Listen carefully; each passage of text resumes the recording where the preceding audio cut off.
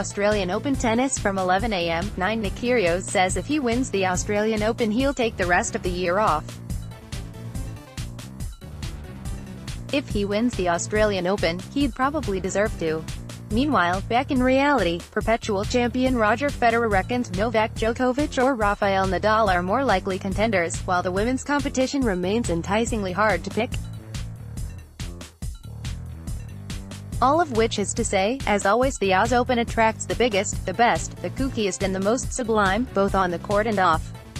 And it all gets underway today. The Australian Open attracts the biggest, the best, the kookiest and the most sublime, both on the court and off. Credit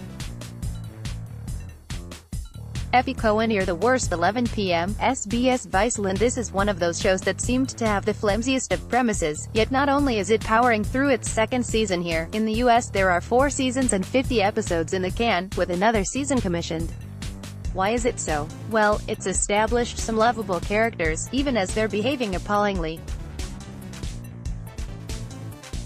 It also has some cracking writing that has a faint whiff of The Simpsons in its feel for when to hold back, and when to go hard.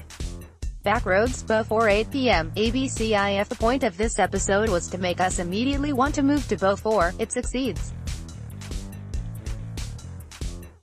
Heather Ruworth's premise, and it's a good one, is to look at the ways a small town prepares to cope with a major highway being diverted around the village, rather than running straight through it.